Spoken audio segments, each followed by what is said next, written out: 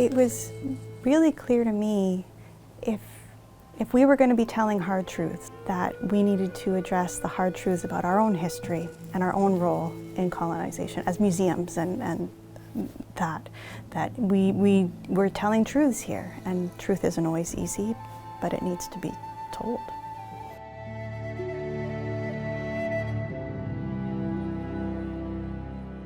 I've always loved museums, and I had spent a lot of time as a child in different museums. My dad worked at a museum, heritage site just outside Prince Rupert, and I would spend the summers there. I think that's probably got the bug started. Museums are reckoning with how to reconcile and how to change what has been in many cases, very damaging relationship with Indigenous communities now. And there's all of this change happening in different pockets, and some of it feels very slow, and some of it feels like it's happening more quickly.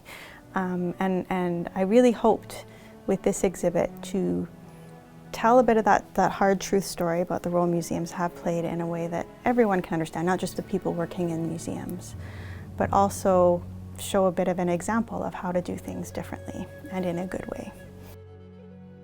The exhibit Beth is talking about is Standing in the Gap, a project she undertook with Hereditary Chief Cecil Dawson, an exhibit that told the story of his family's regalia, masks and blankets that now sit in museum cases.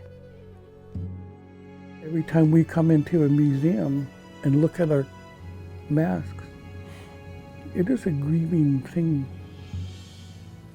because they were part of our family. They were family.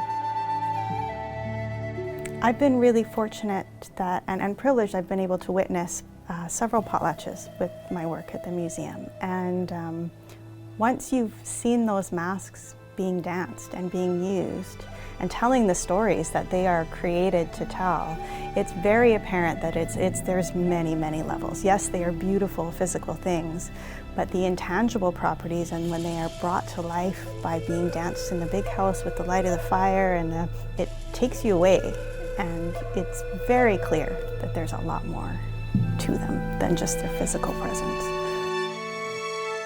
So I do think museums are really powerful places to learn, and you know, understanding the stories of our past can help inform how we're living now and how we might want to live in the future. You know, people talk about history repeating itself. Well, it doesn't have to.